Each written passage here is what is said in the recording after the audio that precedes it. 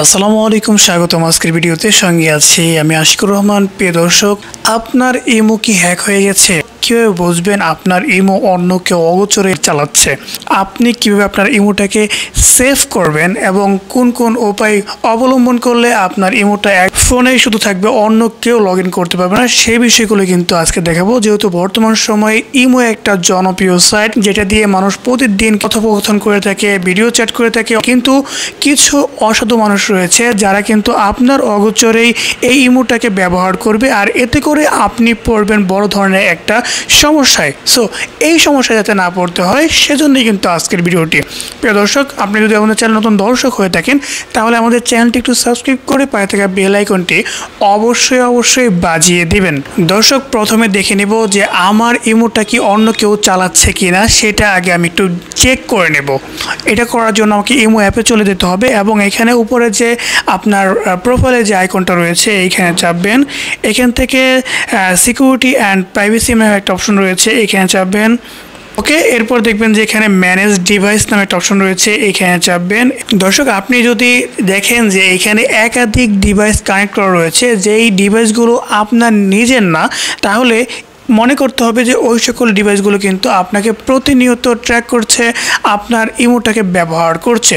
আমার এখানে শুধু একটা অ্যাকাউন্ট দেখাচ্ছে, যেটা আমার এই ফোনটা। এছাড়া উপরে দেখতে পাচ্ছেন যে এখানে মাল্টি ডিভাইস নামে একটা অপশন, এটাকে অন করা দেওয়া রয়েছে। এটার কারণে কিন্তু আপনি বড় ধরনের বিপদে পড়ার সম্ভাবনা রয়েছে। কারণ হচ্ছে, আপনি যখন এটাকে অন করে রাখবেন, তখন কিন্তু অন্যান্য ডিভাইসও কিন্তু খুব অনায়াসেই আপনার ইমো দিয়ে সে কিন্তু ব্যবহার করতে পারবে। সো এটাকে অফ করার জন্য কিন্তু একটা ছোট্ট প্রসেস রয়েছে, আনএবল করবেন। এরপরে আপনার ডিভাইসে একটা কোড চলে যাবে, এই কোডটাকে আপনাকে এখানে দিতে হবে এবং দেওয়ার পরে কিন্তু এটাকে আপনি বন্ধ করতে পারবেন। ওকে, এখন আমি এখানে অপশন রয়েছে, এখানে চাপবো।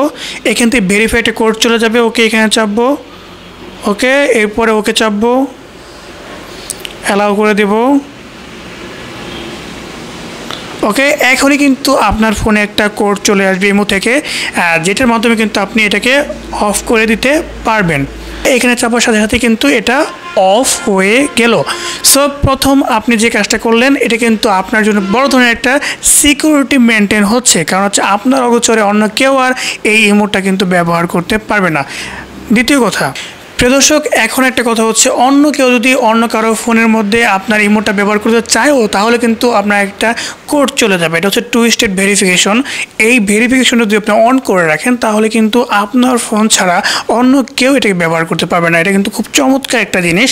আপনি পিছনে ব্যাক চলে আসবেন এবং এখান থেকে লগ ইন প্রোটেকশন নামে একটা অপশন রয়েছে, এইখানে যদি চাপেন, তো এখান থেকে 2 স্টেপ ভেরিফিকেশনটাকে অন করে দিবেন। এরপর ওকে চাপবেন।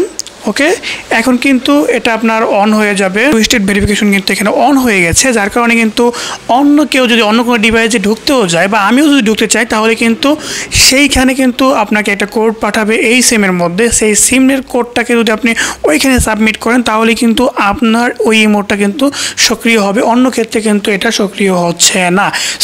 দর্শক, এটা একটা সচেতনতামূলক পোস্ট ছিল, যার কারণে কিন্তু অনেকেরই এটা খুব কাজে আসবে। আশা করি আপনি আপনার ইমোটাকে এভাবে সিকিউর রাখতে পারবেন, অন্য কেউ কখনোই আপনার ডিভাইস ছাড়া অন্য কোনো ডিভাইসে কিন্তু ইমোটাকে লগ ইন করতে পারবে না। প্রিয় দর্শক, দেখা হচ্ছে পরবর্তী কোনো ভিডিওতে। সে পর্যন্ত সকলে সুস্থ ভালো, তুমি সে প্রত্যাশায় আজকের ভিডিও শেষ করছি। আসসালামু আলাইকুম।